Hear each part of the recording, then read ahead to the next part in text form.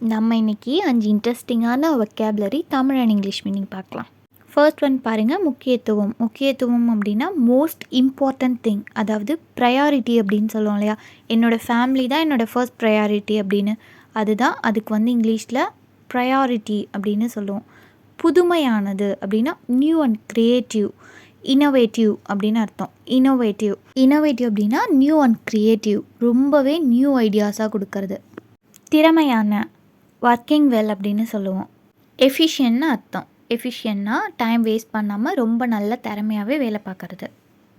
ஆர்வமுள்ள, wanting to know, அதாவது curious அப்படின்னு சொல்லுவோம். ரொம்ப ஆர்வமாக ஒரு விஷயத்தில் அந்த விஷயத்தை பற்றி தெரிஞ்சுக்கணும், இது என்ன அப்படின்னு சொல்லி தெரிஞ்சுக்கணும், நிறைய விஷயம் கற்றுக்கணும் அப்படிலாம் நினைக்கிறோம் இல்லையா, அது க்யூரியஸ்.